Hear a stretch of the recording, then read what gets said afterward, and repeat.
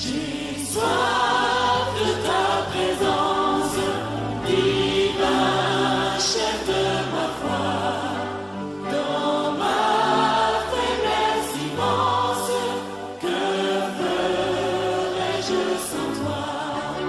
Chaque jour à chaque heure, kasi ekende se liboso vai apoiar materialmente, financeiramente. okosunga yango na misolo mpe na bozwi na yo. Em que vamos apoiar? Tokosungela yango na nini? Nos dízimos e nas ofertas. Na bamoko na zomi mpe makabo. Então, como? Ndenge nini? Como posso sustentar? Tem que ter amor, amor, amor, amor. Lolenge nini esengeli na sungela mosala ya nzambe esengeli oza na bolingo, bolingo, bolingo. Para dar dízimo e ofertas, tem que amar Deus, amar de verdade, não é de brincadeira. Amar, amar, amar. Mpona kofutaka moko na zo mpe makabo, lotomo esengeli olinga nzambe. Kolinga nzambe esengeli pena kolinga ye, kolinga ye, kolinga ye. Não é da nossa forma. Ezali kolinga ye na lolenge na biso ya kibomoto te. Não. Onga na lingaka nzambe te. Da forma de Deus. Linga nzambe na ndenge nzambe amonelaka bolingo. Na visão de Deus, quando você ama alguém, essa pessoa fica à frente, até você próprio fica atrás. Na emoneli ya nzambe na ntango yo olobi ete olingaka moto, nzambe amonaka lokola yo olobi olingaka moto wana moto wana esengeli azala liboso, yo oyo ozolinga ye ozala nsima. Quando você ama tua mulher, Ntango yo olingaka mwasi na yo, para te dar alguma coisa, não é difícil. mpo opesa mwasi na eloko songolo ekosala okaka te. Ah, se não tiver, ok. Mas se tiver, soki ozangi awana eloko mosusu kasi soki oza nango é fácil. ezali pete ya kokabela mwasi na yo. Muitos não dão dízimo oferta, é falta de amor. Mingi bakoka kofuta moko na zomi mpe makabo te ezali na ntina na kozanga bolingo. Vamos falar hoje sobre o sacrifício. Lelo tokolobela na ntina na meka. O sacrifício. Meka. Para sustentar a obra de Deus, tem que sustentar com sacrifício. Mpona kosunga mosala na nzambe esengeli oyeba komikaba penza. Essa é a quarta parte. Oyo ezali eteni ya misato. E o sujeito é sustentar com sacrifício. Moto ya litenge na biso ya moke ezali ete komipesa penza na makasi nyonso. Vamos ler Neemias 2. Tokotanga Néhémie chapitre 2. Sustentar com sacrifício. Kosunga penza na komikaba. Neemias 2. Néhémie chapitre 2. De 6 até 11. Banda eteni na motobati zomi na moko. Então o rei, estando a rainha assentada junto dele, me disse: quanto durará tua ausência? Quando voltarás? Aprove ao rei enviar-me e marquei certo prazo. 7. E ainda disse ao rei: se ao rei parece bem, dê-me cartas para os governadores da Além do Eufrates, para que me permitam passar e entrar em Judá, como também carta para Asaf, guarda das matas do rei, para que me dê madeira para as vigas das portas e cidadeira do templo, para os muros da cidade e para a casa em que deverei alojar-me. E o rei mais deu, porque a boa mão de Deus era comigo. Até 8, 6 até 8. Totangina no 6 tina 8. mokonzi alobaki na ngai naino mwasi na mokonzi afandaki mpe pembeni na ye ete mobembo na yo ekoumela kino ntango nini okobutwa na ntango nini boye esepelisaki mokonzi ete atinda ngai mpe napesi ye elaka nalobaki mpe na mokonzi ete soko ekosepelisa mokonzi tika ete mikanda mipesamela ngai mpona mikolo ngambo na ebale ete balekisa ngai kino nakokoma na Yuda pe mokanda epai na Asapa mobateli na jamba na mokonzi ete apesa ngai nzela mpona kosala mabaya mpona bikuke na esika makasi na ndako pe na lopango na mboka pe mpona ndako wana ekokota ngai mokonzi apesaki ngai kobila loboko malamu na Nzambe likolo na ngai. 9:11. Então fui aos governadores de além do Eufrates e lhes entreguei as cartas do rei. Ora, o rei tinha enviado comigo oficiais do exército e cavaleiros. Disto ficaram sabendo Sambalate, Honorita e Tobias, o servo amonita, e muito lhes desagradou que além viesse a procurar o bem dos filhos de Israel. Cheguei a Jerusalém, onde estive 3 dias. Bongo na kobaki epai na mikolo ngambo na ebale pe napesaki bango mikanda na mokonzi. Mokonzi asili mpe kotinda ngai elongo na mikolo na basoda mpe bato na mbalata.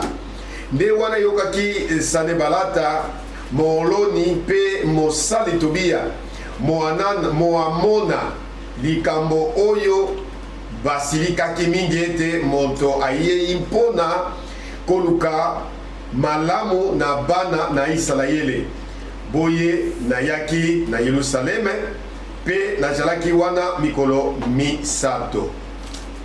Vamos ler mais Gênesis 22. Genèse 22. Genèse 22. De 9 até 17. Genèse 17. Chegara ao lugar que Deus lhe havia designado, ali edificou Abraão um altar, sobre ele dispôs a lenha, amarrou Isaac seu filho e deitou no altar em cima da lenha e, estendendo a mão, tomou o cutelo para imolar o filho, mas do céu lhe bradou um anjo do Senhor: Abraão, Abraão! Ele respondeu: eis-me aqui. Wana ekomaki bango na esika elobelaki Nzambe ye Abrahama, atongaki etumbelo wana mpe atandaki nkoni mpe akangaki mwana na ye na nkamba mpe alalisaki ye na etumbelo na likolo na nkoni. Bongo Abrahama asembolaki loboko na ye mpe akamataki mbeli mpona koboma mwana na ye, kasi mwanje na Nzambe alobelaki ye longwa na likolo ete Abrahama, Abrahama, mpe ye alobaki ete nazali awa. Estamos a continuar. Vemos até 11, né? 12 agora. Então, lhe disse: não estendas a mão sobre o rapaz e nada lhe faças, pois agora sei que temes a Deus, porquanto não me negaste o filho, o teu único filho. Tendo Abraão erguido os olhos, viu atrás de si um carneiro preso pelos chifres entre os arbustos. Tomou Abraão o carneiro e o ofereceu em holocausto em lugar do seu filho, e pôs Abraão nome àquele lugar: o Senhor proverá. Daí disser-se até ao dia de hoje: no monte do Senhor se proverá. Até 14. Lia até 14. Ye alobaki ete tia loboko na yo na mwana te pe sala likambo na ye te po ye te sikawa na yebi obangi nzambe po ye te oboyi kopesa mwana na yo te mwana na yo na likinda. Abrahama afungolaki miso na ye mpe atalaki na nsima na ye mpate mobali akangamaki na mwa jamba na maseke na ye.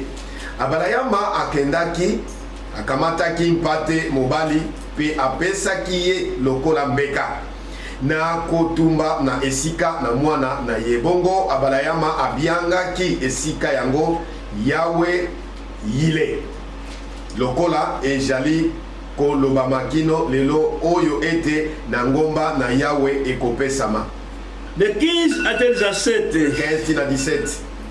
De 15 até 17. 15 na 17. Então, do céu bradou pela segunda vez o anjo do Senhor a Abraão e disse: jurei por mim mesmo, diz o Senhor, porquanto fizesse isso, não me negasse o teu único filho, que deverás ter, abençoarei e certamente multiplicarei a tua descendência como as estrelas dos céus e como a areia na praia do mar.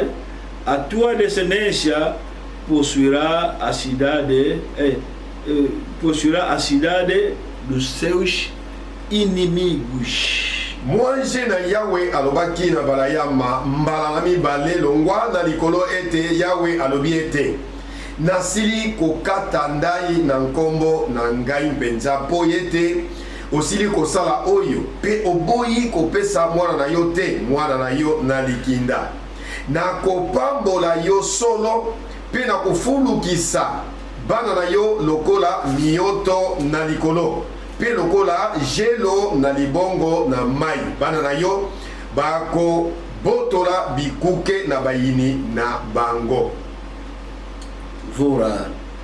Deus poderoso, lemos o livro e tu nos fala alguma coisa através de Jesus Cristo. Amém. Amém. O que é que posso, como posso sustentar a obra de Deus? Essa é uma pergunta. Motueli tia na biso ezali motuna lolenge nini na koki kosungela mosala na Nzambe. Hoje a quarta parte. Delo etene misato. Resposta. Eyano. É sustentar com sacrifício. Ezali sungela mosala na Nzambe na mbeka. A pergunta. Motuna. Do tema. Ya motueli tia.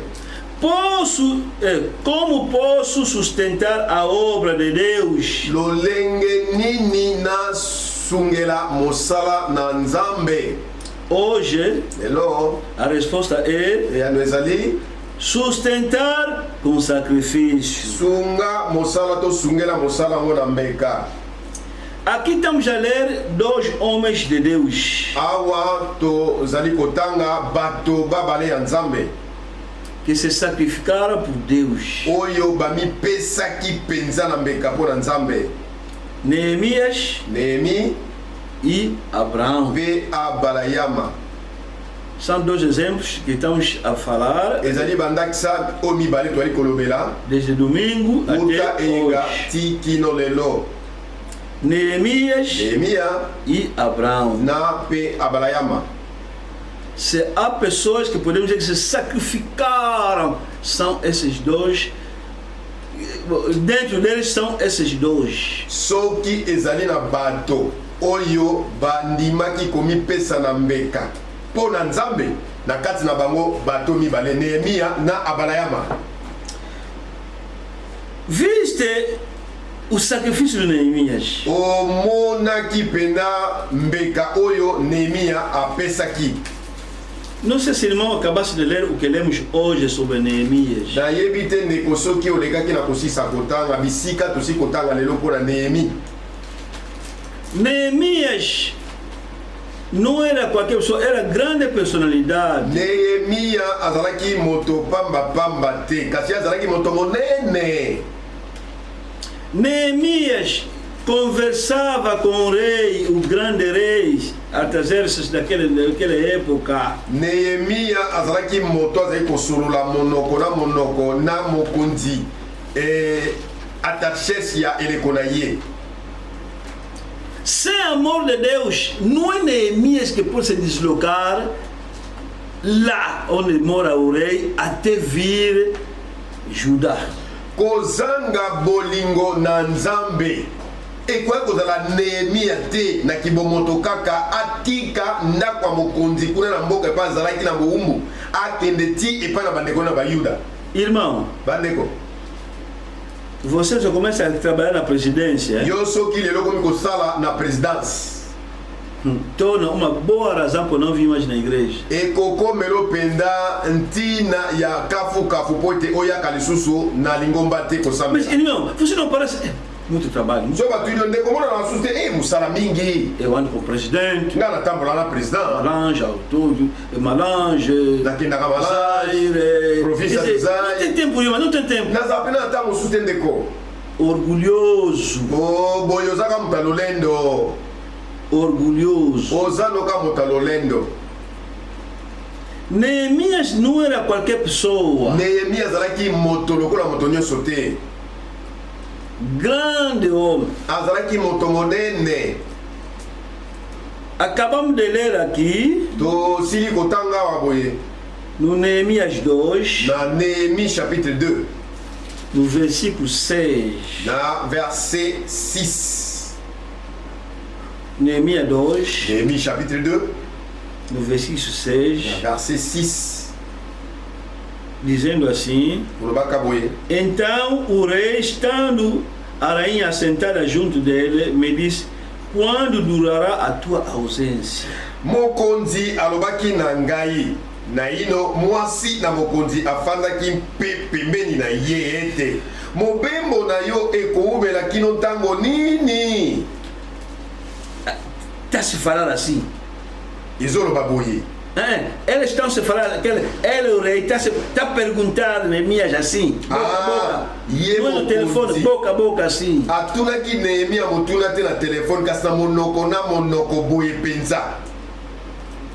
A tua viagem vai demorar quanto tempo? Mobembo na yo ekoumela mikolo boni.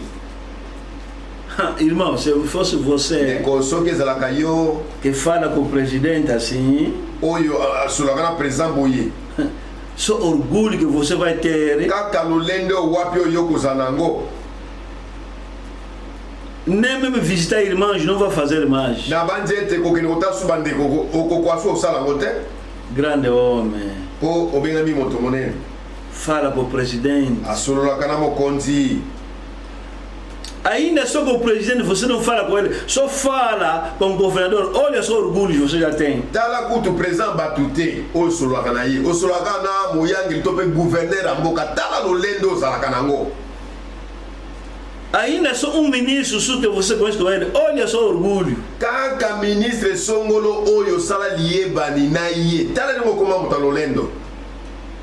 Quando tanto te chamar, ntango baobenga yo irmão, não me incomoda não, que eu estou com o ministro aqui, não me ndeko incomoda. botumisanga te naza awa na ministre naza na ministre.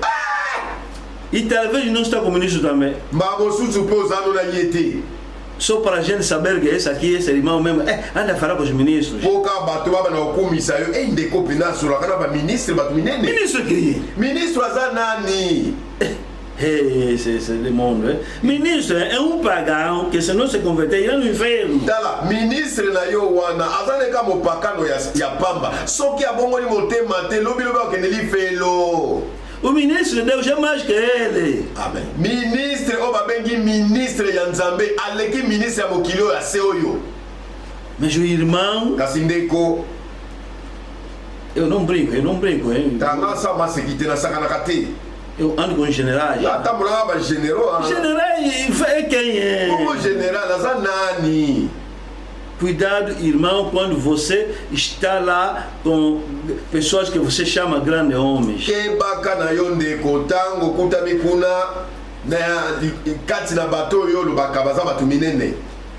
E por isso nem a igreja aparece mais. yango wana eza na église omonanaka susu te Grande homem. mpona nini okóma moto monene Anda com ministros. otambolaka na baministre Não. te.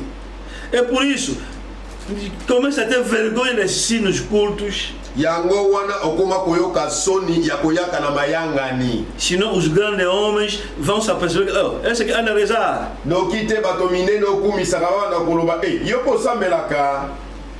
É por isso lá você trabalha na presidência, quando te pergunta, você anda a rezar, você anda a negar. yango wana kuna na présidence epai yo osalaka ntango batundaka yo mpo osambelaka olobaka te nasambelaka te. Ou não, se ouvir que anda a rezar, posso arriscar o serviço. Arrisca! noki te soki bayoki ete yo mpo osambelaka bakolongola mosala ndima bayebake yo osambelaka soki mpe bakolongola balongola yo. Arrisca mesmo! ndima pene so balongola yo balongola yo. O sacrifício é este. yango nde mbeka Temos que se sacrificar por Deus. esengeli toyeba komipesa na mbeka mpo na nzambe. Neemias falou no rei, o rei falou no Neemias, mas uai, eu não estou te ver triste. mokonzi alobi na nehemia nehemi nakoma mono mawa boni Você não anda assim? yozalaka boye te Tu te vê triste, Neemias. nakoma mono mawa nehemi O que se passa? nini na yo Bem triste assim? mawa boye mpo na nini. Oh, rei, o mokonzi estou pensando em Jerusalém, nazokanisa mingi na ntina yerusaleme nos meus irmãos aí, epai na bandeko na ngai kuna bazali na muralha mpo na ntina bitutu ya yerusaleme destruída. oyo bakikisa na mabele. Não sei as condições que estão lá. nayebi te soki ngumba yango ekutami boni. Queria voltar para lhes apoiar. nalingaki na nazonga kuna mpo ete nasunga mpe bango na mosala Para lhes apoiar. nasunga bango Porque as notícias que eu vi mpo na mayebiso nasili koyoka são negativas. eza mayebisi oyo esalinga pasi mpenza mpe mawa na motema. Tá bem. mokonzi alobi malamu Vai fazer quanto tempo aí? okowumela ntango boni kuna Hein? nehemi. Como que vai ser aí? Começar a dar muito boa de pergunta.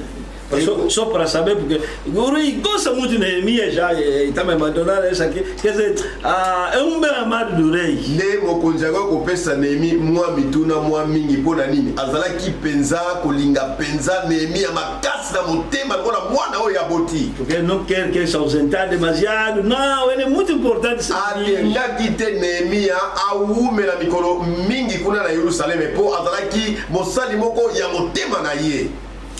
Então, o rei disse, ok, vou fazer a tua petição. bongo kuna mokonzi abi bon nehemia nayoki na kosepelisa yo mpo na bosengo osali ngai.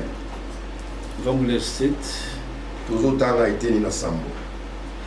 Ainda disse ao rei, se o rei parece bem, dê-me as cartas para os governadores da além do Eufrates, para que me permitam passar e entrar em Judá. Me dá cartas. Quando vou chegar, eu vou dar nos governadores. nehemia alobi na mokonzi ya tarshesh mokonzi pesanga mikanda soki nakomi kuna na yerusaleme napesa yango epai ya mikolo batambwisaka engumba. Para eles saberem que estou vir no rei do rei, todo mundo vai ficar suspeito. Ninguém vai me mexer. mpo bayeba ete na ntina mikouta na mokonzi ntango na kopesa bango mikanda moto akosimba ngai te. Quando vão ver que esse aqui está vir aqui, o rei dos reis, até ele declara, essa pessoa aqui grande, cuidado, cuidado. soki kaka bayoki ete moto oyo azowuta na maboko ya mokonzi aye na mikanda euti epa mokonzi bokeba na moto oyo aza moto apambapamba te. Quer dizer, esses governadores que estão lendo aqui, governador, sikoyo oyo nehemia azoloba oyo bamikolo governadores. oyo bamikolo misala. O rei dos reis considerava outros reis como type gouverneur. mokonzi ya bakonzi oyo Atarchèse azalaki kozwa bamikolo mosusu ya bingumba lokola kaka bayangeli to pe bagouverneur. Você mesmo rei, Yo pena mokonzi do teu país, mas ele como está em cima de ti, está devendo tipo governador. yo pena ozali mokonzi ya mboka na yo kasi ye kozalaka mokonzi ya bakonzi azomonoka lokola gouverneur na mboka. Quer dizer, ele é o rei Yaza mokonzi e governa outros reis. pe akonzaka bamboka mosusu to bakonzi mosusu. Ele disse, bom, tá bem, vou escrever as caras. De kuna Atarchèse alobaki Nehemi bon nayoki bosenga na koma mikanda Esse aqui entrega no Putin da Rússia. oyo pesa epai na Poutine mokonzi ya Russie Esse aqui, Trump da América. oyo pesa ngo na Trump ya Amérique Esse aqui dá no Macron de França. oyo pesa ngo epai na Macron ya France. Olha a boa de cartas. Tala mikanda ebele Estamos a ler. tozotanga Estamos a ler essas coisas para você entender quem era Neemias. tozotanga makambo maye po yo yeba kososola nani Nehemia azalaki. Quem era esse homem aqui? Moto oyo Nehemia azalaki nani Para você tirar o teu orgulho que você tem. po yo olongola lolendo ozalaka nango wana. Oh, filho do general, eu sou filho, eu. Oh, ngai Você naza quem é mwana perante general, Neemias? ngai yo oza nani liboso ya Nehemia. 8. 8. Como também carta para Asaf, guarda das matas do rei, para que me dê madeira para as vigas das portas da cidadela, do templo, para os muros da cidade, para a casa em que deverei alojar-me. E o rei mas deu, porque a boa mão do meu Deus era comigo. Pe mokanda epai na sapa mobateli na jamba na mokonzi ete apesa ngai nzete mpona kosala mabaya mpona bikuke na esika makasi na ndako pe mpona lopango na mboka pe mpona ndako wana ekokota ngai. Mokonzi apesaki ngai kobila loboko malamu na njambe likolo na ngai. Dá também carta, rei, dá também uma carta.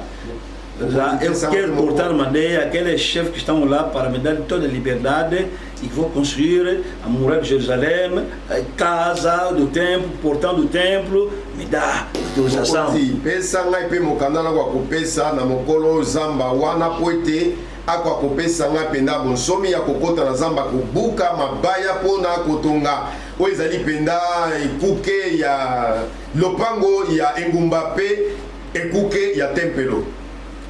Neemias disse, Nehemia alobi oh, a mão de Deus estava com ele. loboko na nzambe ezalaki na ye, Ele não estava querendo esconder nada. azalaki kobomba eloko te Como você anda a esconder? lokola yo nde omesana Tem kobomba. vergonha de dizer que presidente, ministro, estou procurando ajuda para a minha igreja caiu. Tem vergonha? oyokaka soni mpona koloba mokonzi ya mboka ministre sunga ngai po ete eglise na ngai eza kokweya bopesanga makoki po ete natombola yango oyokaka soni te.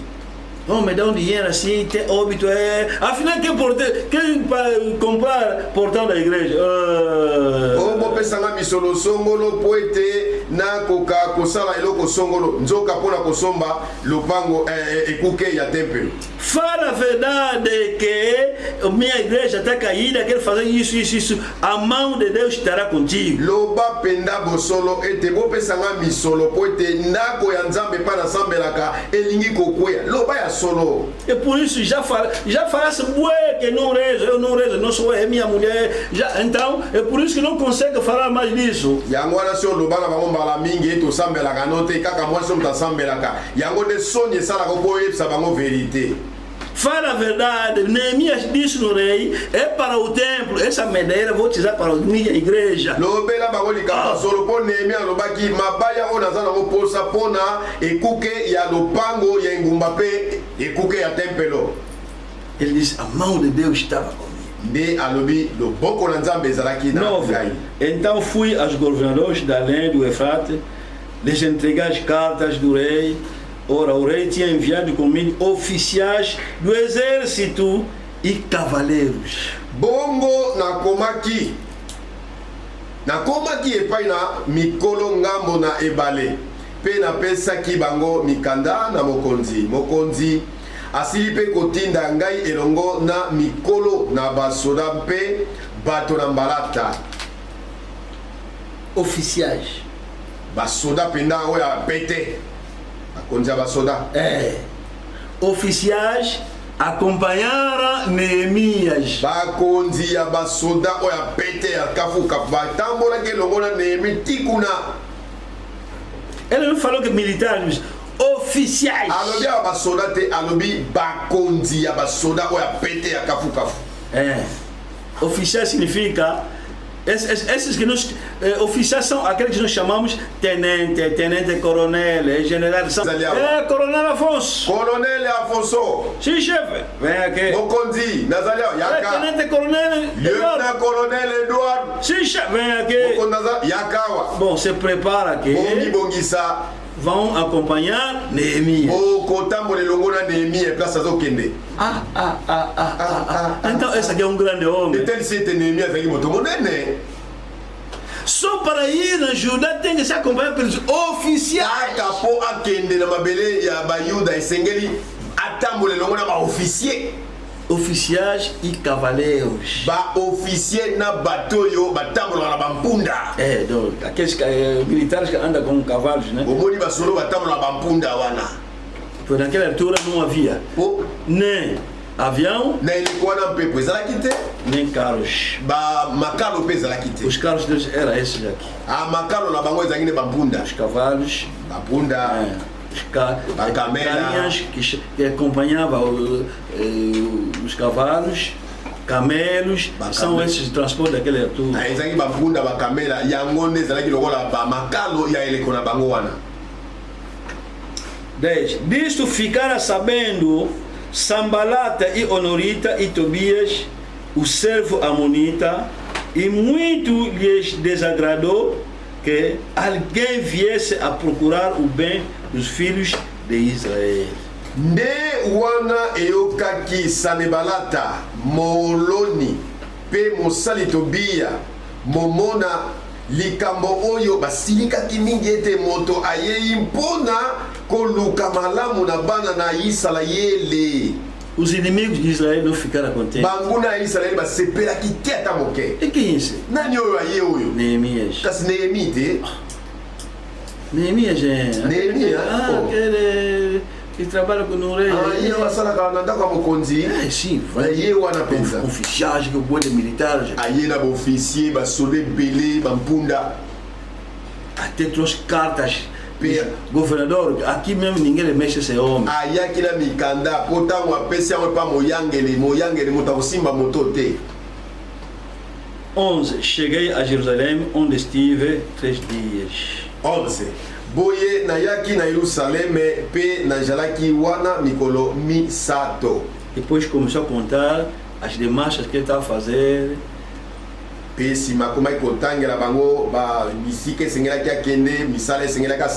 Então à noite me levantei e uns poucos homens comigo, não declarei a ninguém o que meu Deus me pusera no coração para eu fazer em Jerusalém.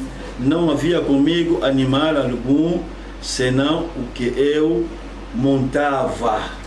Na telemaki kati na butu ngai pe mwandambo na bato na ngai elongo na yebisaki mpe moto moko te yango esili Nzambe kotia na motema na ngai ete nasala mpo na Yerusaleme. Nyama ezalaki mpe esika moko te, bobele nyama oyo najalaki kotambola likolo na yango. Não declarei a ninguém o que meu Deus me pusera no coração para eu fazer em Jerusalém. Na lobaki eloko te likambo te na moto songolo na ntina na oyo Nzambe atiaki na motema na ngai mpona kosala na ntina na Yerusaleme. Como posso sustentar a obra de Deus? Não. Como podemos? Não. Como posso. Cada um, onde que ele está, diga assim, eu, Paulina, como posso. Neemias disse, eu não falei a ninguém o que estava no meu coração para fazer no Jerusalém. Lolenge nini na sungela mosala na nzambe. Eza makambo te lolenge nini to sungela. Te awa Neemia ezaki ye moko nde akoki kotelema ete koloba nayebisaki ata likambo na moto moko te na ntina koyeba oyo esengeli asala mpo na Yerusalem. Como posso? Lolenge nini nakoki Neemias estava a trabalhar sozinho com seu coração e Deus. Neemia azali kosala mosala na sekele ye moko na motema na Olha, nzambe. irmão, Tala ndeko. se você tem dinheiro, Soko ozala misolo. mesmo se for com sua igreja sozinho, pode fazer. Ezalako olingi kotonga eklesia ya nzambe yo moko oko kosala ngo. Você gosta muito do grupo, hein? Yo lingaka mingi bosangisa na bato. Se o grupo não fazer, você também não vai fazer. Se bato mosusu basangisi te yo mpe kopesa te. Não. Te bongo te. Como posso sustentar a obra de Deus? Eu. Lolenge nini nakoki ngai kosungela mosala Você nzambe. tem capacidade de comprar os micros da igreja, aqueles mesmo bons micros, mesmo sozinho compra. Soki omoni ete oza na makoki ya kosombela nzambe bamikro oyo wana ya kafukafa kitoko somba na yo. Como posso sustentar? Posso. Não, como podemos? Não. Como posso sustentar a obra de Deus? Lolenge nini nakoki kosungela eza te lolenge nini tokoki kote lolenge nini nakoki kosungela mosala nzambe. Esse é incrível. Oyo ezali eloko Uma pessoa deste moto ya boye que está a viver bem, abikaka na niekese está ao lado dele todos os dias, azalaka na mopanzi ya mokonzi mikolo miso fala com o rei dos reis. asololaka na mokonzi ya bakonzi. Viste? Omoni? Aqui pediu uma coisa que me dá cartas para dar aos governadores. O rei lhe deu. Awa asengaki mokonzi pesanga mikanda po ete mpa nazokenda pesa na bayangeli kuna apesaki yango. Não é qualquer pessoa que vai falar no rei dos reis que me dá carta. Você quer verdade? Amar esse homem. Tala ezala moto nyonso te ya loyenge akokosolola na mokonzi ya bakonzi asala eloko ndenge wana soki azali kaka moto aza na ntina te liboso ya mokonzi akoloba nini soki ameki mokonzi aloba bokangelanga moto alingi asakana na ngai. Artaxerxes se dirigia ao mundo. Artaxerxes oyo ye azali kokonza mokili oyo.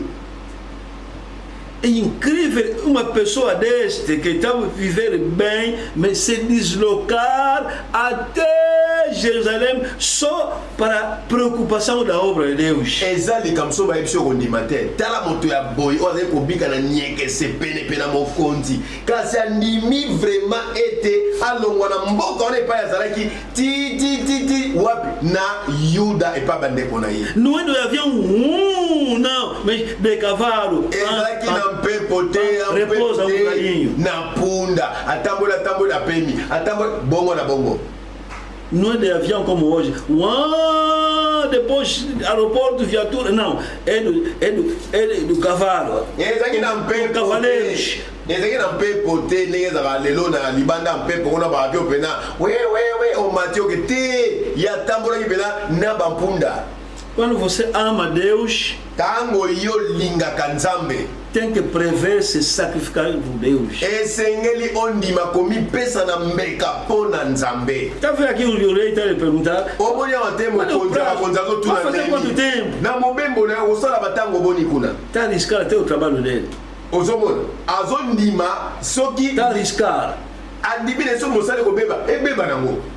Tá vendo? omoni yango Para ele, mpo na Neemi obra de Deus mosala nzambe não pode parar. ekoki kotelema Obra de Deus te não pode falhar. mosala nzambe ekoki Eu korate vou. te ngai na okende Começou a orar a Jesus. abandi kosambela kokila bilei papa No serviço divino, na mosala tem que konzambe haver sacrifício esengeli ondima komipesa na mbeka para dar dízimo oferta, mpo na kopesa moko nazopemaka para sustentar a igreja. mpo na kosunga eklesia Não esquece, kobosanaka te é preciso também sacrifício. esengeli mpe komikaba mbeka Sacrifício. ndima mpenza komikaba na mbeka Sacrifício, às vezes grande sacrifício. ndima penza mbala mingi mbeka pena kafu. Talvez esse dinheiro que você está a dar é dinheiro que você devia fazer negócio. Mba mosusu omoni misolo zo pesa na mosala nzambe. Ezali misolo sengele kosalela ngo mongo na yo. Pastor, disseram que não, antes de voltar tem que ser assim. Então esse devo anular esse plano todo. Mukambi, olobaki nini? Pona kozonga sengeli boye. Misolo na o sengele sala musala mokasi yango tamata.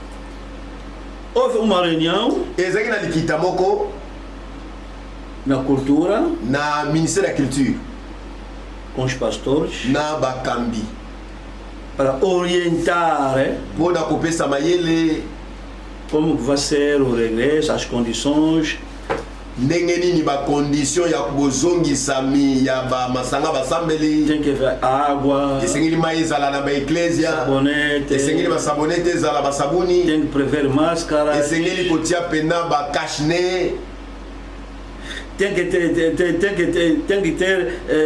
que desinfectar sempre a sala. esengeli tango nyonso ko sokolaka pena ba sala pona ko desinfecter yango.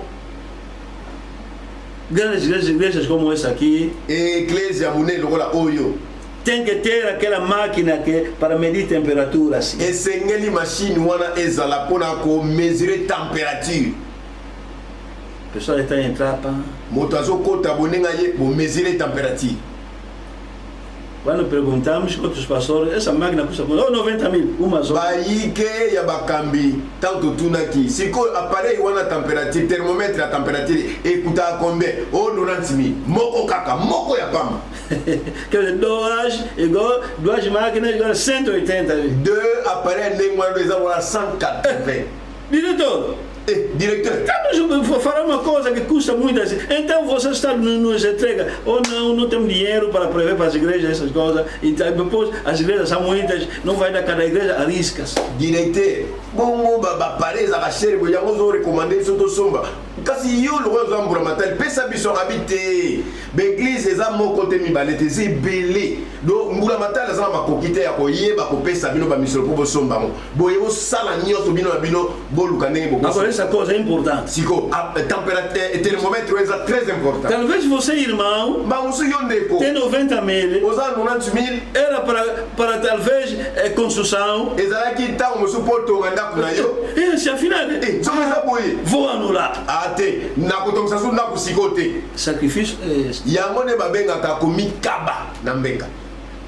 Quer dizer, no sacrifício você pode anular teus programas. lelo babengi komipesa na mbeka okoki kosalaki baprogramme oyo ya yo moko oboya kosala ngo na miniti wana Pode okoki quebrar certos programas. kobukanisa mwa bamiango songolo oyo ya yo ya kibomoto. Já que é assim, ndenge ekomi boye eu vou comprar álcool. nga na osomba alcool Já que é assim, lokola eza boye aquela máquina para desinfectar, tá vendo? appareil wana mpona kodesinfecte bandimi omoni.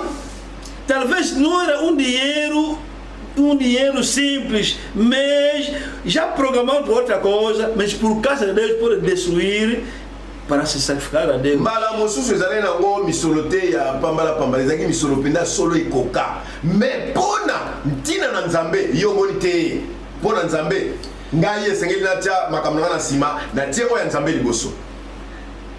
Outras ofertas nós demos na igreja. eza makambo mosusu biso opesaka na bamasanga É na um biso dinheiro que devia servir outra coisa. eza na misolo oyo esengelaki esala biso misala mosusu. Irmão ou irmã disse, já que é assim, ndeko ndeko mwasala ndenge ekomi boye en tout cas napesi yango na nzambe. é isso que estamos a chamar sacrifício. yango nde toloba komikaba na mbeka. Sacrificar o tempo, komikaba na mbeka mpona ntango, sacrificar o trabalho. komikaba na mbeka mpona mosala.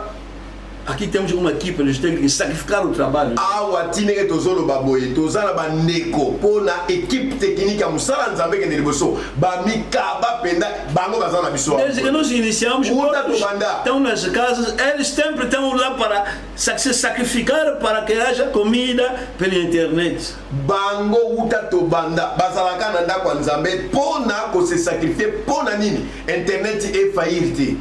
Tá vendo? Omoni. É isso que estamos a chamar sacrificar-se. yango nde tozoloba komikaba na mbeka. Néhémie se sacrifié. Nehemia amikabaki na mbeka. Néhémie est un travailleur allé du rei. Nehemia azalaki mosali ya bato ya mokonzi ya bakonzi. Néhémie sacrifié au travail d'elle. Nehemia akabaki mbeka misala na ye. Au temple d'elle. Akabaki mbeka batango ya ye ya musala. O rei commence à pergunter, mais on va faire continuer d'ausência. Mokonzi akomi kotuna ye. Nehemia, sikoyo na mobembo na yo, okozala ngai elongo te tango nini? Néhémie va se ausentar. Nehemia akozala te pembeni na mokonzi. Va se ausentar do serviço. Nehemi akozala te na mosala mokonzi.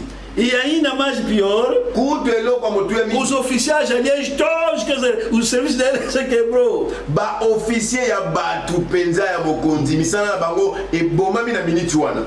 Quer dizer, o oficial que está general devia ir aqui nas lundas, passou ser quebrou o rei disse não, deixa aí, acompanha Neemias. Ba lieutenant colonel, ba major, ba généraux, ba ngasa mibe bona wana lunda pona misala bango boyebi, mais mokonzi alobi te bokende kuna te na misala bino. Bo accompagner na Nehemia na musala. Outro oficial de DEFA devia ir em base com a missão, ele disse não, para aquele missão acompanha Neemias. Officier mususu azalaka mokonzi na defa ainga sala musala mokonzi habite makambo na defa tika wana tambola elongo na Nehemia. Como posso sustentar a obra de Deus? Lolenge nini nasungela musala nzambe? Sustentar com sacrifício. Sunga musala nzambe mikaba na mbeka. Você vai perder o tempo, vai perder dinheiro, vai perder muita coisa só por causa de sustento. Okobungisa batango lebele, okobungisa misolo, okobungisa biloko ya valeur mingi pona musala nani ya nzambe yango wana koyeba ko sunga musala nzambe. Mas cuidado. Kasi keba. Não se arrepende. Exato, tá musala bom mais regretter. Meu tempo, essa hora devia estar no lufo. Se fizer, se fazer assim, perdeste. Obebisi nyonso. Perdeste as bênçãos. Obebisi pema pamboli na yo obuaki yango libanda. Aquele dinheiro que eu entreguei aí no pastor para comprar aquela coisa aí, dinheiro que eu devia dar na propina agora acabou.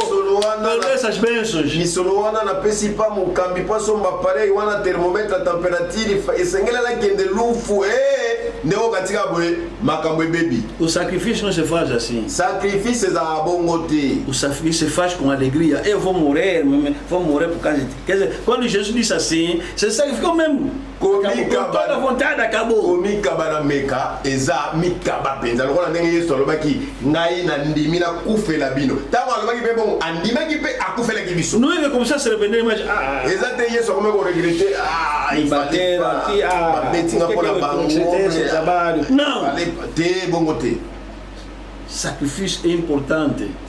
Meka, esse é o que razão por qual às vezes falhamos nos dízimos e ofertas por causa de falta de sacrifício. Yangwana mbala mingi to kwa kufuta ba moko na zomi na makabo te pona nini tozangaka oizali ko mikaba na mbeka.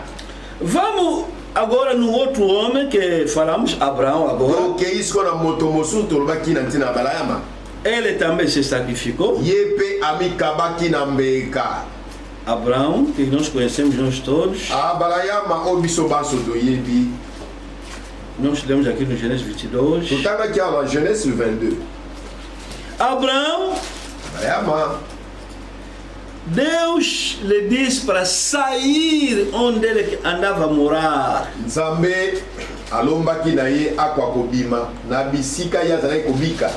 Gênesis 12. Gênesis 12. Ora, estou lendo o versículo 1. O Senhor, ora disse o Senhor a Abraão: sai da tua terra, da tua parentela e da casa de teu pai, vai para a terra que te mostrarei. Genèse chapitre 12 verset 1. Yahweh alobelaki ya Balayama ete longwa na mokili na yo mpe na bandeko na yo mpe na ndako ya tata na yo kokenda na mokili ekomonisa ngai yo. Sai da tua terra. Bima longwa na mokili na yo. Deus chamou Abraão, primeira coisa, sai da tua terra. Nzambe abengi Abraham. Eloko ya liboso asengaki ye longwa na mokili na yo. Tem que abandonar a casa. Esengeli osundula ndako epoza ofanda. Se tem 5 étages, tem que abandonar. Soki oza na mapango mitano sundola yango nyonso. Se tem riqueza naquele país, tem que abandonar. Soki oza na bomengo na mboka wana esengeli osundola. Os amigos. Soki oza na baninga. A família. Famille. Eu quero trabalhar com Deus. Nalingi kosala na Nzambe. 2. De ti farei uma grande nação e te abençoarei e te engrandecerei o nome, se tu uma bênção. Verset 2. Nakojalisa yo libota monene mpe nakopambola yo. Nakojalisa nkombo na yo monene mpe okopambola bato. Abençoarei os que te abençoarem e amaldiçoarei os que te amaldiçoarem. Em ti serão benditas todas as famílias da terra. Nakopambola ba oyo bapamboli yo. Pe nakolakela mabe ba oyo balakeli yo mabe mpe mpona yo mabota yonso na nse bakopambolama. O serviço divino requer o sacrifício. Mosala ya Nzambe ezosenga pena komikaba na mbeka. Quer oferecer a Deus requer sacrifício. Olingo kabela Nzambe ndima komipesa na mbeka. Agora Abraão tem que sair onde ele está por causa de Deus. Siko nzoka Abraham esengeli alongwa na mokili pa ya bikaka pona ntina na Nzambe. Saiu abimi wana até no Canaã. Ti na mabele ya Kanana. Depois quando chegou lá, essa terra aqui entregarei nos teus filhos. Nde komaki ya Abraham na Kanana Nzambe alobile moni mabele oya Kanana nakopesa ngo na bana na yo. Meus irmãos, se você continuar a ler, vai ver que Abraão, fome vai entrar e vai fugir no Egito.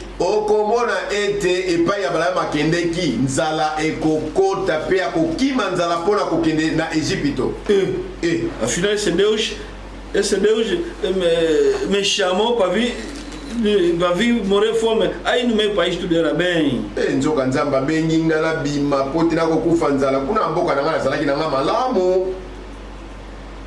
Mas se continuar a ver a história, vai ver que ele foi abençoado.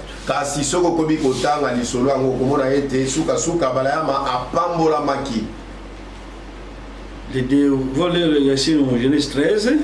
Gênesis 13, verset 1. Saiu, pois, Abraão do Egito para Negueb, ele, a sua mulher e tudo o que tinha, e Ló com ele. Era Abraão muito rico, possuía gado, prata e ouro. 1, 2. 1, 2. Pe Abrahama alongwaki na Egipito, pe akendaki na mokili na ngele. Ye mpe mwasi na ye na biloko yonso bijwaki ye mpe Lota akendaki na ye elongo. 2. Abrahama azalaki mojwi na biloko mingi. Quer dizer, embora que ele saiu, atako ye abimaki, mas Deus não lhe esqueceu. Quando você se sacrifica a Deus, Deus também vai te abençoar.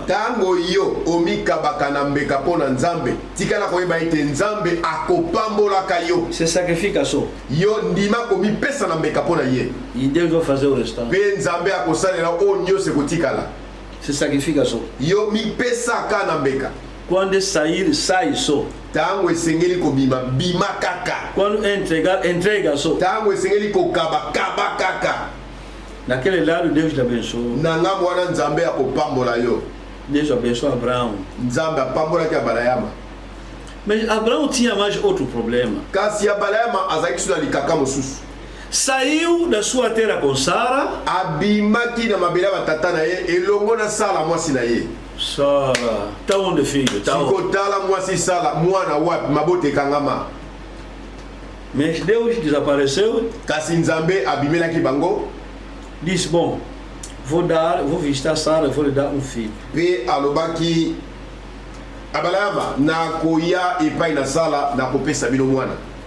Oh, Deus visitou de verdade. Nzambe penda yaki epai na Sara na bosolo. Oh, Sara teve um filho. Oh, Sara botaki penda mwana mobali. Lhe deram o nome de Isaac. Bapesaki mwana ngo kombo na Isaka. Mas, Kasi fim. asukelaki kaka ye moko kaka Isaki. Sara não podia ter mais um. Sara kwa kobota lisusu ya mibale te. O único é esse, acabou. Yali kinda kaka ye wana Isaka ici. Quer dizer, qualquer filho de Abraão que vocês conhecem são de outras mulheres. Mas na Sara era só filho, Isaac acabou. Bana mosusu bino boyebeli kati na Biblia ki bazaki bana ya Balaama. Ezaki na basi mosusu kasi pona Sala mwasi na ye mwana se moko Isaka, point final. Por isso o coração todo do Abraão estava nesse Isaac, porque essa aqui mesmo é tipo ouro, é tipo diamante, é mais que isso. Yango motema mobimba ya Balaama ezalaki pende epai na Isaka po ete mwana ngo abotamaki na pasi Isaka epai na Balaama azalaki lokola wolo lokola diama koleka kutu wolo na diama.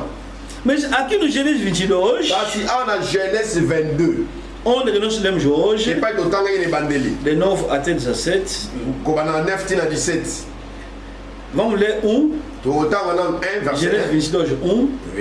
Genèse 22 1. Depois dessas coisas, pôs Deus Abraão à prova e lhe disse: Abraão, esse lhe respondeu: Eis-me aqui. Acrescentou Deus: Toma o teu filho, teu único filho, Isaque, a quem amas, e vai-te à terra de Moria, oferece-o ali em holocausto sobre dos montes que eu te mostrarei.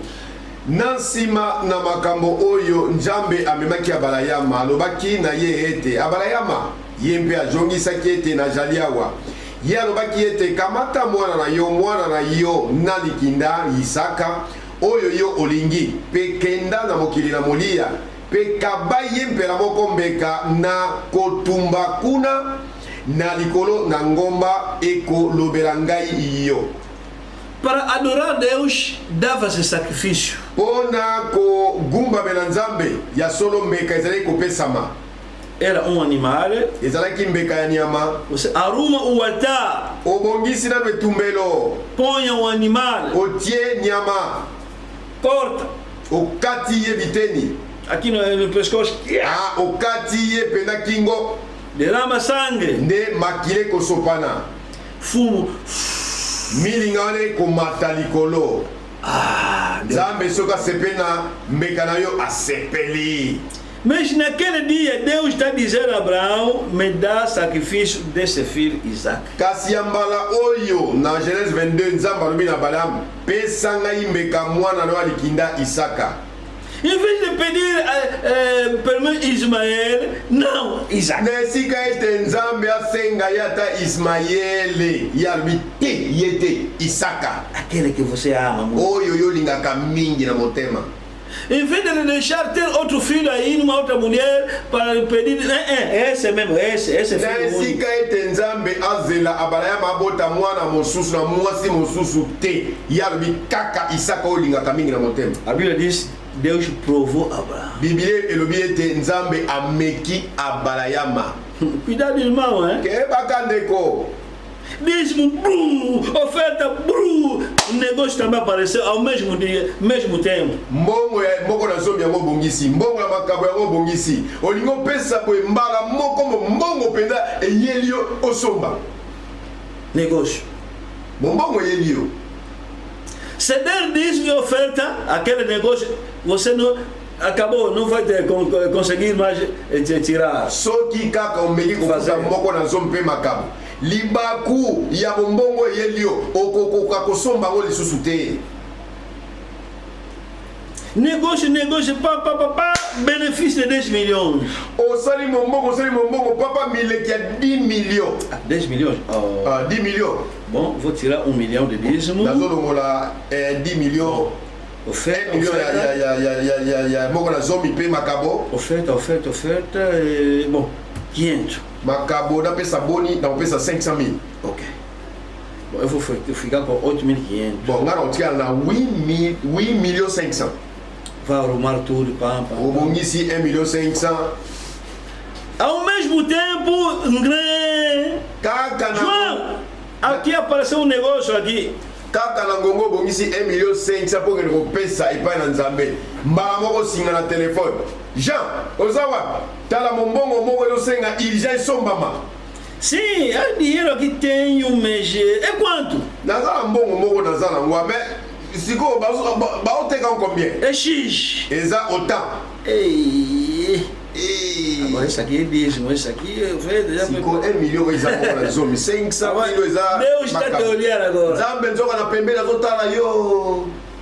Talvez ele que fez isso. mbabosu nzambe mta provoke eloko. Deve ser complicado, é? nzambe amisika Pode fazer de propósito mesmo. akosala yo likambo ya nko penza. Quer dizer, basta receber seu dinheiro, se já separasse dízimo, já escreveu, ele tem pura mais de negócio, vamos ver se ele vai dar esse dízimo, se não vai dar mais. Na miniti ka yo bongisi moko na zomi yango oyo makabo yango oyo olingi opesaka mbamo nzambe abi provoke négoce pende yelo na talo ka ya mbongo longoli mpo opesa epai na nzambe. Ah, bom, Deus vai entender, eu vou comer, vou acabar, facilement. Vou pagar 1/5, não há problema. Pam, negócio, negócio acabou, dinheiro, brum. Tem que utiliser 1,500,000 oyo, mais tá na futa avec 1,5. Na igreja, já? Bon, tiens, dis-moi, ah, na frande lobby, tá une église, mais mango yoki. Esse negócio aqui. Oh, mon bongo eza awo yo senga urgent. Juliane, vem mais, vem. É pas ser Zudi, yaga na deixa aí. Mas aí não diz, mano, deixa. Kasi oloba ki moko na zomi na makabu tika na pesa. Cuidado, você não sabe, talvez Deus que está te provar. Eh, chéri, que baka tá usando nzambe ndo meka yo. Cuidado. Que baka. Deus diz, me dá filho. Senhor, qual filho? Esse é mesmo Isaac, aquele que você ama. Abraham, pesa nga mwana. Mwana nini nkolo? Kasi mwana wa Isaka olinga mingi. 3. Genèse 22, 3. 22. Levantou-se, pois, Abraão de madrugada e, tendo preparado o seu jumento, tomou consigo 2 dos seus servos, Isaac, seu filho, rachou lenha para holocausto, foi para o lugar que Deus lhe havia indicado. Bongo Abrahama abimaki na ntongo pe akamataki biloko na mpunda na ye pe akamataki bilenge babali na ye mibale pe mwana na ye Isaka elongo ye akamataki nkoni mpo na mbeka na kotumba mpe alongwaki mpe akendeki na esika elobelaki nzambe ye Sem discutir. Abraham aswanisaki nzambe te. Sem discutir. Abraham aswanaki na nzambe te. Não diz. Oh Senhor, você também. Você está me tentando. Você anda me pedindo animal agora. Esse filho único vou te dar mesmo. Meu Deus também.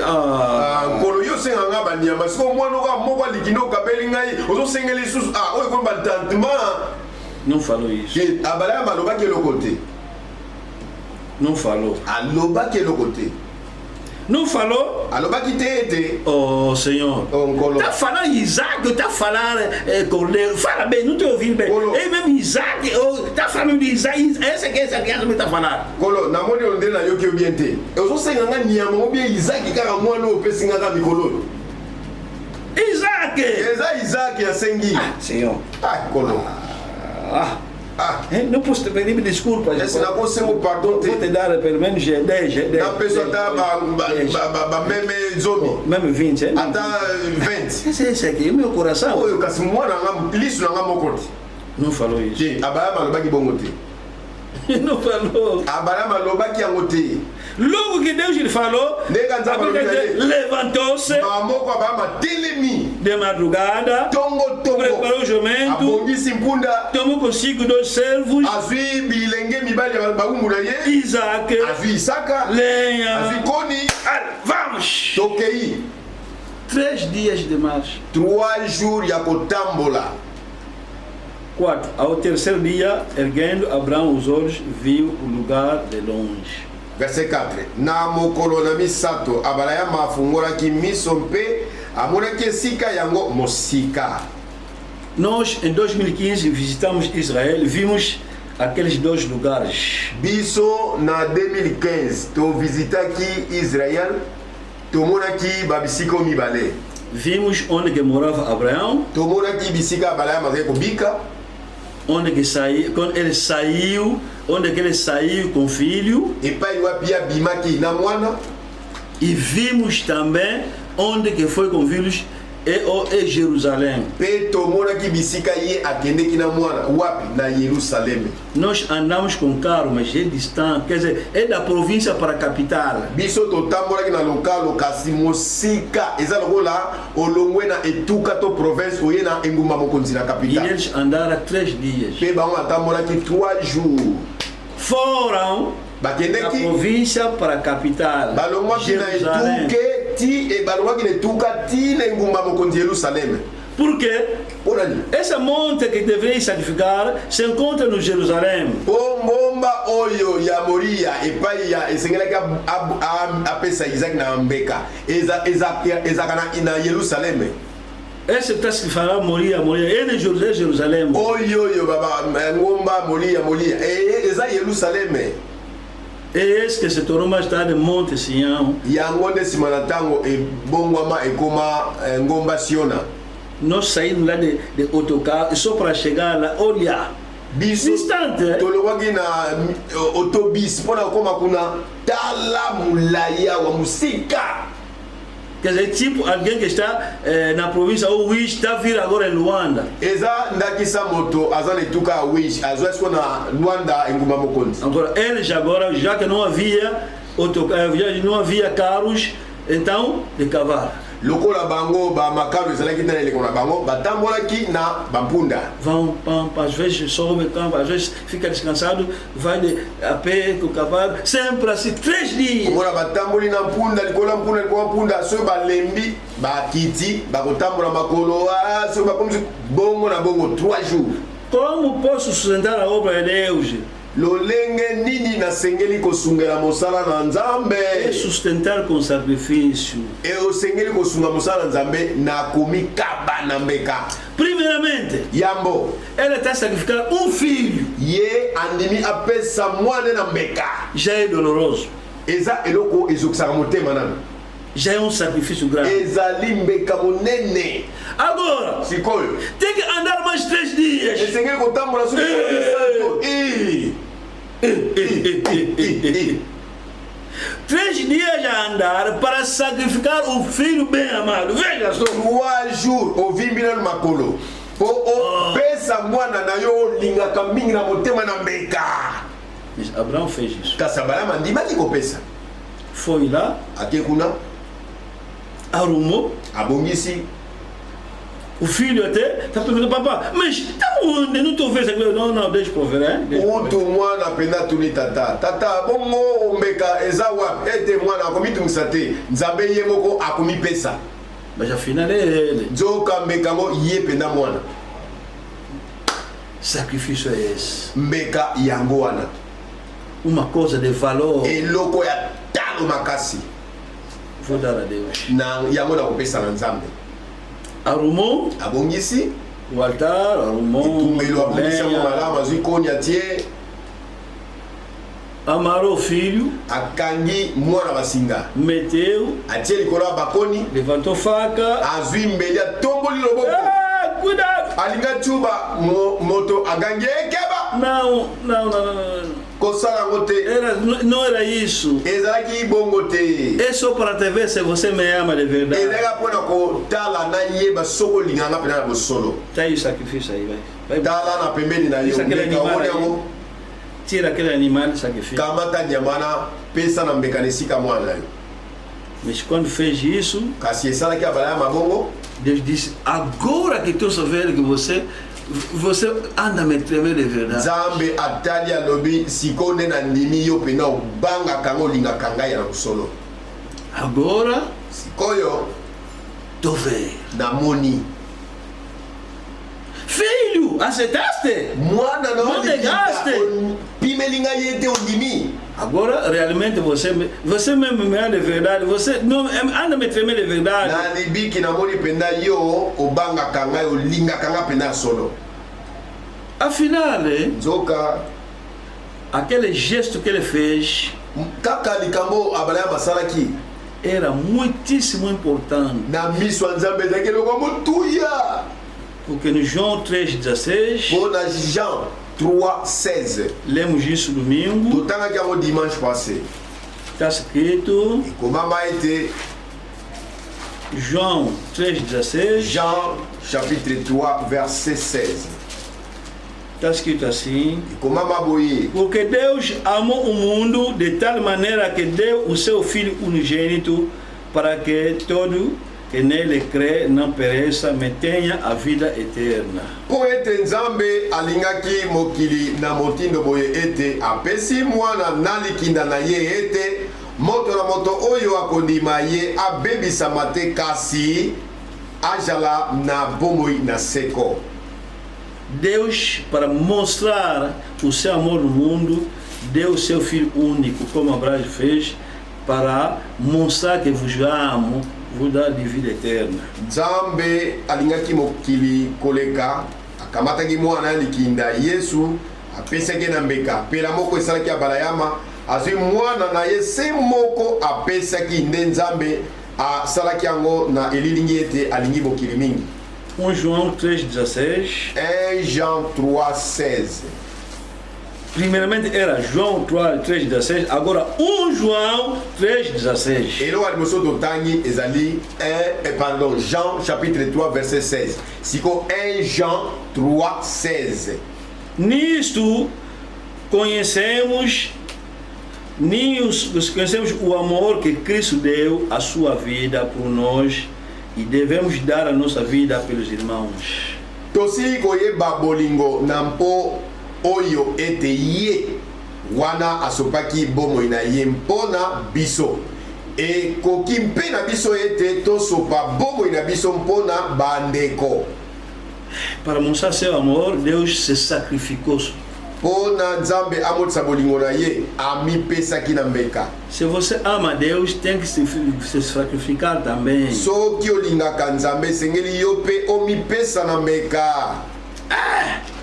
Só dízimo que está te coisa para dar. Kaka moko nazo mpo futa yango ezozokisa motema. Dízimo. Moko nazo Que é dele também. eza mpe ya yo te me ya Só ye. oferta Kaka makabo que está te custar. ezosala pasi na motema mpo futa. E agora se Deus te dissesse que, bom, vai dar filho. ebongo siko so Nzambe alobi bon il faut opesanga siko mwana na yo Profecia vem, pá! esakoli bimi Fulano, irmão João, olha, dá teu filho. esongolo paka na yohani pesanga mwana na yo. Vai ouvir isso au nom de Jésus. nakanisi yo koloba mpe a rien de moi Satan. Ça se fait, meu frère. Sem feito As tuas profecias, cuidado, não, em nome de Jesus. questa è profezia diabolizada em nome de Jesus. Viste, né? omoni Porque vai tremer muito. Meu filho, não, isso aqui é diabo. Não me fala mais, não me fala mais. Au nom de Jésus, ça se fait, meu frère. ekopanzo makila nyonso koloba au nom de Jésus sans effet. Mas Abraão fez isso. kasi abayama asalaki yango. Dá filho, ambon. pesa mwana Ok. Isaac vem. Isaac yaka. Mas como ali, vamos. baumu boya totambola elongo tokei. Vamos ler de Lucas 18. tozotanga Luc 18. Lucas 18. Luc 18. Vamos ler a história desse jovem. tozotanga lisolo ya elenge mobali Não oyo. teve tempo de falar tudo, mas vou falar só superficialmente, o restante mesmo depois. toza na ntango te ya kotanga nyonso me tokoloba kaka likolo oyo etikali ekoloba masima. Lucas 18, 28. Luc 18, 28. Não, vamos iniciar no 18 ainda. tobandela Não vamos ler Luc 18, 18. Não vamos ler tudo, mesmo Tá, nos isso. dias que vêm vamos repetir isso. ata mikolo mikoya tozongela kotanga mosusu. Lucas 18, 18. Luc 18, 18. Certo homem de posição perguntou-lhe: bom mestre, que farei para herdar a vida eterna? mokolo moko atunaki ye ete molakisi malamu nasala nini ete nazwa bomo na seko. Respondeu-lhe Jesus: Por que me chamas bom? Ninguém é bom senão um que é Deus. Yesu alobaki na ye ete mpo nini ozali kotanga ngai malamu moto malamu azali te mobele moko nzambe. Sabes os mandamentos: não adulterarás, não matarás, não furtarás, não dirás falso testemunho, honra teu pai e a tua mãe. Oyebi malako sala ekobo te boma moto te yiba te tatola makambo na lokuta te kumisa tata na yo pe mama na yo. Replicou ele: tudo isso tenho observado desde a minha juventude. Yende alobaki ete longwa na bolenge na ngai na tosi makambo oyo yonso. Ouvindo Jesus, disse-lhe: uma coisa ainda te falta, vende tudo o que tens, dá-o aos pobres e terá um tesouro nos céus, depois vem e segue-me. Eyokaki Yesu bongo alobaki na ye ete naino eloko moko etikali na yo teka biloko yonso bijali na yo kabola yango na babola pe okozala na biloko na motuya kuna na likolo mpe yaka kobila ngai. Mas ouvindo ele essas palavras, ficou muito triste, porque era riquíssimo. Eyokaki ye makambo oyo azalaki na mawa mingi mpo ete ye mojwi na biloko mingi penza.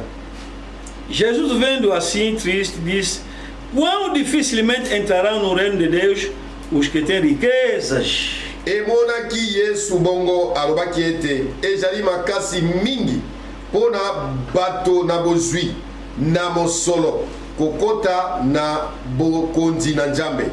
Porque é mais fácil passar um camelo pelo fundo de uma agulha do que entrar um rico no reino de Deus. Kokota na mozwi na kati na bokonzi na Nzambe ezali makasi eleki kokota na kamela na liso na ntonga. E os que ouviram disseram: sendo assim, quem pode ser salvo? Bango bayokaki oyo balobaki ete bongo nani akoki kobika. Ele respondeu: os impossíveis dos homens são possíveis para Deus. Yende alobaki ete makambo bato bakoki kosala te Nzambe akoki kosala. Jesus disse nessa pessoa, respondeu: para ter vida eterna, você conhece a lei, me diga o que diz a lei. Olha, não faz isso, não faz isso, não faz isso. Ele diz: oh, tudo isso. Yesu alobaki na elenge mobali oyo yo oyebi nini mibeko elobi ye elenge alobi nasalaka likambo te nasalaka wana te nasalaka wana te. Ele disse: não. Uma coisa te falta você. Yesu alobi na ye eloko moko ezangi na yo. És muito agarrado no dinheiro. Olingi mingi misolo boy kokaba. Bom, vou te dar uma prova, hein? Na komeka yo moke. Vai. Kende? Vai dar tua riqueza, distribui nos pobres. Kamata bozina yo kabona na babola. Conversa acabou. Lisolo ekomi bololo esili. Ficou triste. Akomi mawa. Triste. Mawa. E isso que está acontecendo hoje. Yangonde likambo yo sama lelo. Você vê um bondoso irmão. Yo komona ndeko songolo ya boboto.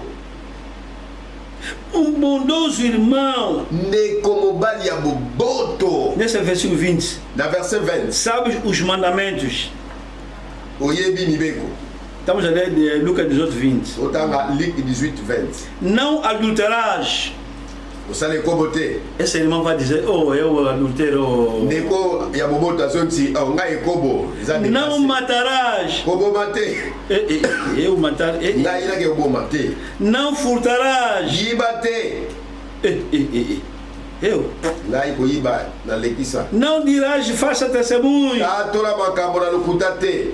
Eu aqui, até a verdade, não gosto de mentir. Eu. Nga ipena nga ka solo na nga. Honra teu pai e a tua mãe. Ubisa tata pe mama na yo. Oh, pergunta a minha mãe, vem. Una ka mama na nga ya webisa yo. Hoje também temos irmãos assim. Lelo pe toza bande ko boboto lokola elenge moto na boziboye. Temos irmãs assim hoje. Toza bande ko basi boye pena lelo. Bondoso irmão, hein? ndeko ya boboto boa irmã. ndeko mosi ya boboto Até outros lhe chamam Dorcas. kutu bayike babengake ndeko doloka Quer dizer, bons atos. aza misala malamu Dorcas. doloka Tabita. tabita Ah, irmão, já cita irmão. eza bandeko boye Os irmãos lhe chamam Dorcas. bandeko babengake Tabita. dorcas Boa irmã. tabita ndeko mwasi malamu Hoje há bons irmãos. lelo eza na bandeko mpenza boboto Agora ele pergunta, irmão, anda a pagar dízimo oferta? tuna eka ndeko futa moko nazopemaka bon Acabou, conversa acabou. wana lisolo mpenza esili Bondoso irmão, hein? ndeko mpenza boboto Bondoso. ya boboto mpenza Quer dizer, ao ver assim, não tem coisa que você pode dizer, né? De que essa aqui é falso, mas não é. na kotalela miso boye aza na mpambelo oko kosala ye te Pergunta agora. kasi tuna ye sikoyo Anda dar dízimo oferta. ofuta moko nazopemaka bon Acabou. okangi ye nkeka Irmã já não consegue.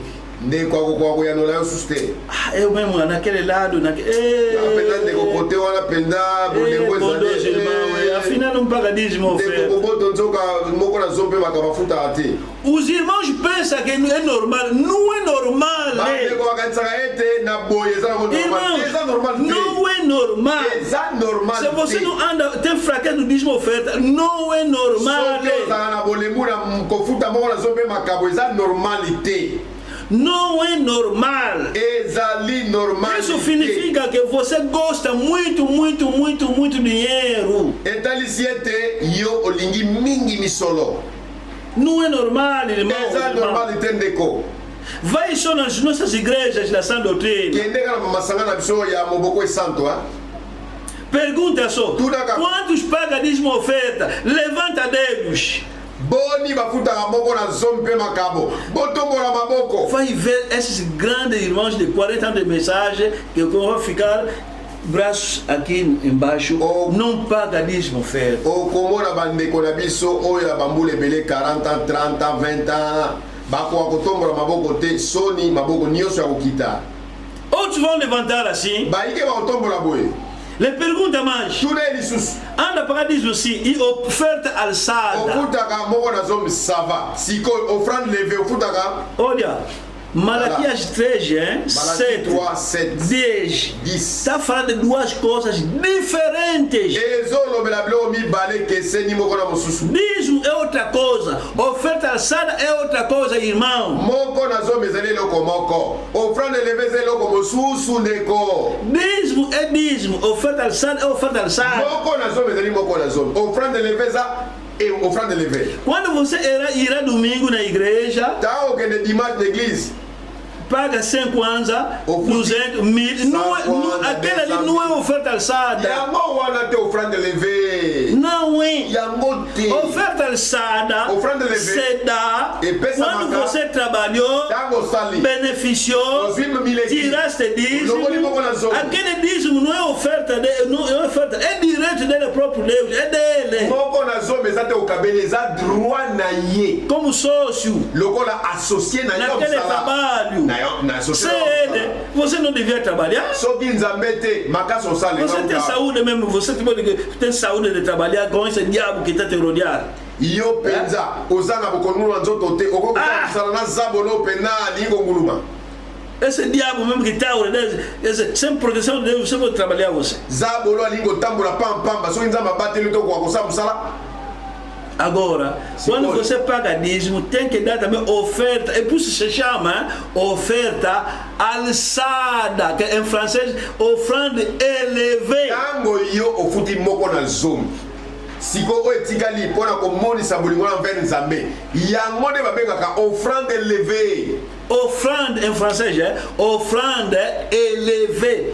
oyo mpena tokobenga na lingala makambo eleki Quer dizer, likolo você fez negócio de 10 milhões de kwanza, osali mombongo na 10 000 kwanza está tirando 1 milhão de dízimo, olongoli 1 million ya moko na zomi lucro é de 10 milhões, mileki no ya 10 million 1 milhão de dízimo, 1 million ya moko na zomi não acabou. kosukela wana te Quoi oferta elevada também tem que pôr. Siko makabo leki likolo to offrande élevée esengeli pe otiango mopanzi. Você que vai saber c'est quanto é. Yonde mtokoyeba soki combien. Você vai dar 100 000. Você vai do 200. Você vai fazer 1 milhão, 1 milhão. Você vai pode até fazer mais que o dízimo. Okoki pe kopesa au-delà ya moko na zone. É oferta que você quer. Oyo yo lingi. Muitos não dão. Ebele va pesa. Muitos. Ebele. 40 anos na mensagem. 40 anos na mensagem. Você anda a pagar oferta alçada. Ofuta ka offrande élevée. Não pensa que acaba de dima, pá. Eu sou pago a pena dízimo acabou. Malaquias 3, cuidado. Malachi 3. Serão amaldiçoados. Okolakelama mabe. Por quê? Por nini? Dízimos e ofertas alçadas. E ofertas alçadas. Ona oyiba. Duas coisas. É por isso que você não está amaldiçoado. Só paga dízimo, afinal só paga dízimo para lá. Yango wana opambo wa makate nzoka ofutaka moko na zone okangino maboko. Afinal Deus está falando duas coisas. Nzoka nzambe alobela bilobi. Você só paga deixa anta, aquele que deixa que vai te amaldiçoar. Yo ofutaka moko mosusu ningo futa te. Moko na ofutela kate yango ndezo sala ke olakela mamabe. É preciso sacrifício, irmão. Esengeli komi pesa na mbeka ndeko. Esse irmão aqui ndeko awa ficou triste. Moto na bozu akomi mawa. Agora quando Jesus disse, siko Yesu alobi na ye, é difícil o rico ir no céu. Ezali pasi bato na bozwi bakota lola. Vamos conversar outro dia essa história. Tokoko baka lisolo miko misusu. No 28, na 28, Pedro diz, Pedro alobi, nós deixamos a nossa casa, te seguimos. Pedro alobi te biso totiki biloko na biso penza peto bilio. Respondeu Jesus, em verdade vos digo que ninguém há que tenha deixado casa, ou mulher, ou irmãos, ou pais, ou filhos, por causa do reino de Deus, que não receba no presente muitas vezes mais e no mundo por vir a vida eterna. Yende alobaki na bango ete nalobi na bino solo ete moto na moto oyo atiki ndako soko mwasi soko bandeko soko baboti soko bana nantina na bokonzi na Nzambe. Pedro, ouvindo essas palavras, disse: agora nós que deixamos tudo, disse: vão ter também benefícios aqui na terra e no céu. Petelo koyoka makambo afisi motuna ebongo biso totiki bandako na biso nyonso oyo siko tokozwa nini habite bokozwa mileki awa na se pe kuna na likolo. Abandona só sundola kaka tudo nyonso mpona Nzambe. Deus vai fazer tudo. Nzambe akostala nyonso etikali mpona yo. Temos que se sacrificar, irmão. Esengeli tomikaba na mbeka bandeko. Qual sacrifício, por exemplo, podemos fazer a Deus? O pobre também paga dízimo oferta. Sendo pobre, sendo mesmo pobre, aqueles 100 kwanza de lucro que tiveste, 100 kwanza oyo ya mileko zwi tem que pagar 10 kwanza de dízimo. Futa moko na zomi ya 10 kwanza. E oferta alçada. Pe offrande élevée. Esse Deus também está como é. Zambe pe. Assim ele vai te abençoar depois. Akopa morosima. É sacrifício. Eza mbeka. Dízimo não é para os ricos, não. Moko na zomi eza kabatu na no tempo de Branham, houve grupo de ricos. Na ele com a Branham ezangi na grupo ya ba fala Branham, não vale a pena pedir mais oferta. Nós vamos te dar tudo que você vai precisar. Branham disse, não me fala isso. Não me fala isso. Esse aqui é um plano de Deus. Makabo ezali mwango ya Nzambe.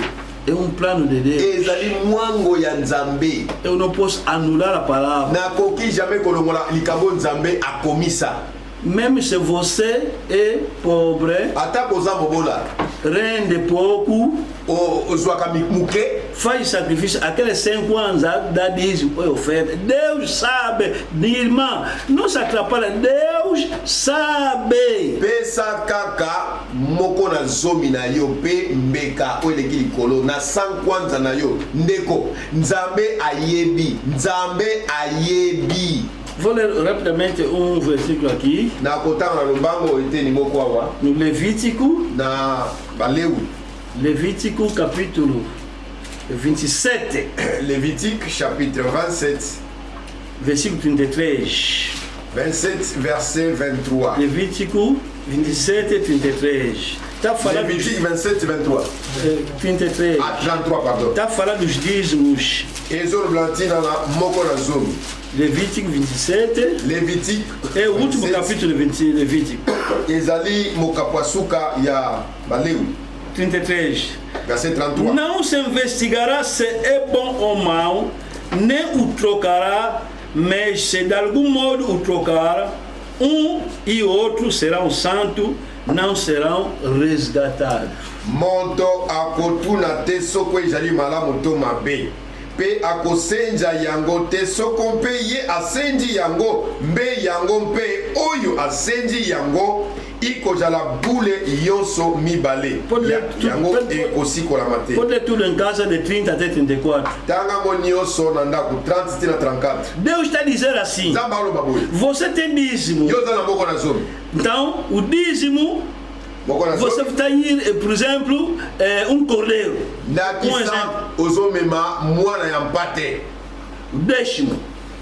olongoli 1/10 Vai lá, oke kuna apresentar no sacerdote. opesi na banganga nzambe Esse aqui, hein? Esse aqui não é. Mas, sacerdote, esse é o décimo, é esse. O décimo, sim, mas está torto aqui. Eu tento ver, olha, não há nada de recuperar. eza na eloko te ya Já korekipere lisusu entrou na mão de Deus. nzambe esi akamata yango ekoma ya ye esili Já é Deus. eza ya Oh, não, nzambe mas a minha fé mudou. ote ngai sikola komondima biloko mosusu ate wana etali yo Acabou, entrou. esi ekota Malaquias. malaki Vou terminar lá nakosukisela wana e vamos continuar mpe tokokoba mikolo ya quinta-feira. Malaquias 1.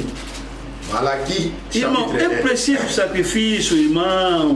bandeko esengeli mpenza komipesa na mbeka É preciso sacrifício. esengeli mpenza mbeka Malaquias 1, versículo 13. malaki 1 Vou ler 13 só 13, o restante vamos continuar quinta-feira. na otanga 13 oyo etikali totanga jeudi Aqui Deus está a falar, se quiser me trazer oferta, tem que ser uma coisa bonita. awa nzambe azoloba soki olingi komemelanga mbeka memelanga eloko ya kitoko Eu sou grande Deus. nga na nzambe monene Vamos só ler isso, vamos terminar lá. tokotanga mpona kosukisela wana Tinha mais uma citação aqui, mas vamos ler primeiro esse.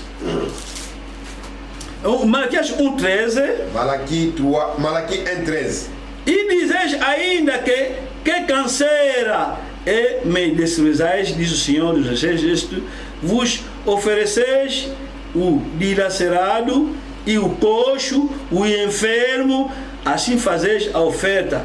Aceitaria eu isso da vossa mão, diz o Senhor. Eu, Deus, você está me trazer uma oferta como coxo.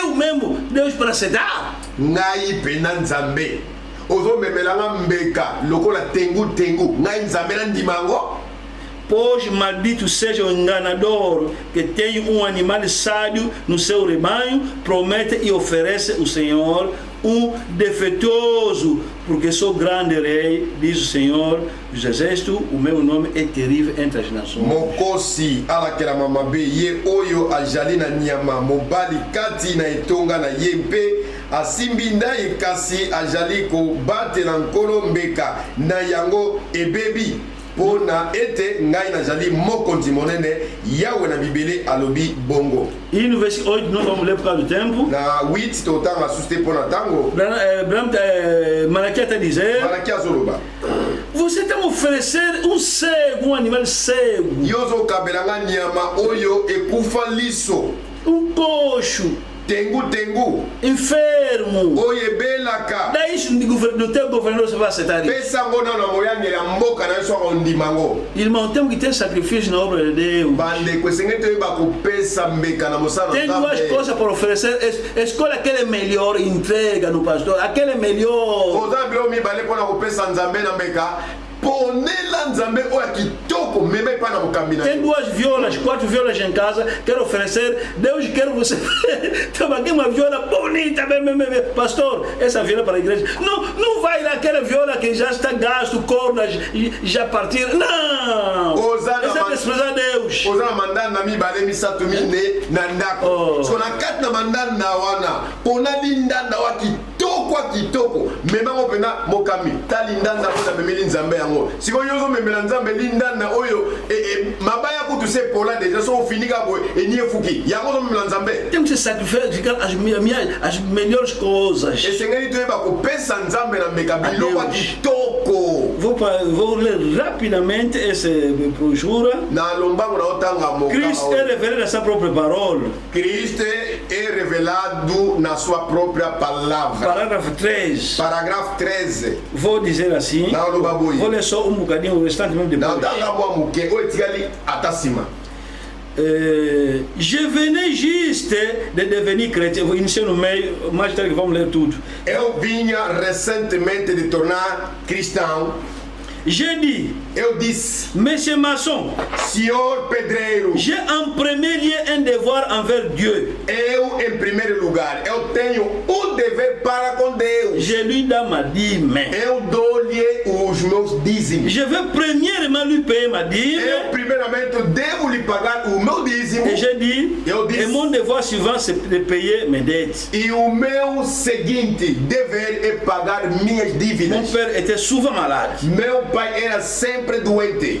Nous sommes une famille de 10 enfants, Nós somos uma família de 10 filhos. mais j'ai ajouté, Mas eu adicionei. si je ne peux pas vous payer plus de 2500 sur le montant de cette facture, Se eu não puder te pagar sobre 2.500 desta fatura, à chaque jour de paye, a cada dia pagarei. si je n'arrive même pas à rembourser ces 2500, Se eu não conseguir reembolsar esses 2.500, je passerai vous le dire. eu passarei para te Je dizer. vous dirai, Eu te direi, je ne peux pas le faire não cette posso fois-ci. fazer desta vez. Et avec le secours de Dieu, E com socorro de Deus, j'ai remboursé jusqu'au dernier sou, eu reembolsei Voyez-vous? até o último dinheiro. Estão a ver? mais c'est ce que je vais dire. Mas é isto que eu quero O que dizer. é que acontece?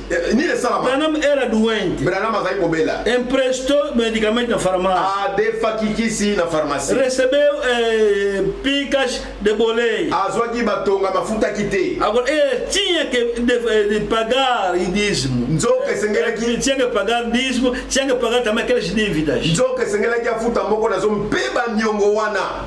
Ao mesmo tempo, Kaka na ngonga wana. crise na família. Na famille na yedo crise koti. Ele disse assim: Ya lobi boye. primeiramente vou adiantar Deus. Eloko ya liboso esengela tia nzambe Foi liboso. pedir desculpas no Na farmacêutico. kosenga bolimi se pas de kwa pharmacie. Foi. Ake kosenga pardon na pharmacien. Foi pedir também desculpas no doutor. Ake pe kosenga pardon na munganga. Ele disse assim: Alobi boye. eu sou cristão. Ngana mo Kristo. Primeiramente é meu Deus. Yambo nano ezalaka nzambe na ngai. Irmão, Bandeko. ele diz aqui: havia crise em casa. Ya lobi ya crise yaki na ndako na famille. Esse sacrifício. Eza mbeka. Dízimo, oferta e sacrifício. Moko nazomi pe na mbeka. Você Eza adianta só. sacrificio pe za nzambe liboso. Deus vai fazer o resto. Nzambe akosalela Ele oyo disse: kotikala ya lobi boye. ele aconteceu. Branham Mesmo que ele esalaki. pagou dízimos, Tango kaka afuti moko na zomi. Deus também abriu o caminho. Nzambe pe afongoli banzela nyonso. Que Deus abençoe muito. Nzambe apambola bino mingi. O que posso fazer para sustentar a obra de Deus? Nini nasengeli kosala mpona kosunga mosala nzambe. E sustentar com sacrifício. Sungela mosala nzambe na komipesa mbeka. Deus abençoe muito. Nzambe apambola bino mingi. Irmão, vai meter uma música ndeko akotia nzembo e cada um aí vai orar. pe moko na moko kuna esika ozali bondela.